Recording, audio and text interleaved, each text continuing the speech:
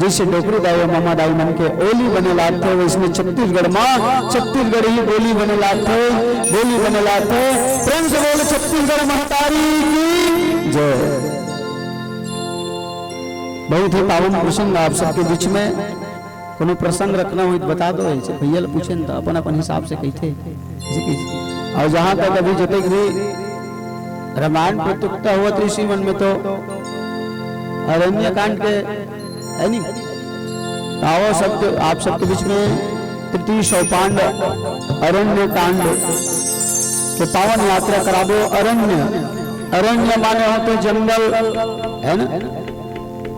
जो भगवान रामचंद्र जी तो 14 वर्ष के वनवास के लिए निकले हैं है ना। निकली तो भगवान ने तो पंचवटी से दंडक वन में पहुंचे हैं और दंडक वन में सारा खेल तो प्रारंभ हुए है ना। यही पावन प्रसंग आप सबके बीच में परोसे बरजात में स्वीकार करी है। अब ऊपर से पहले एक भजन प्रेम से बोल राजा रामचंद्र की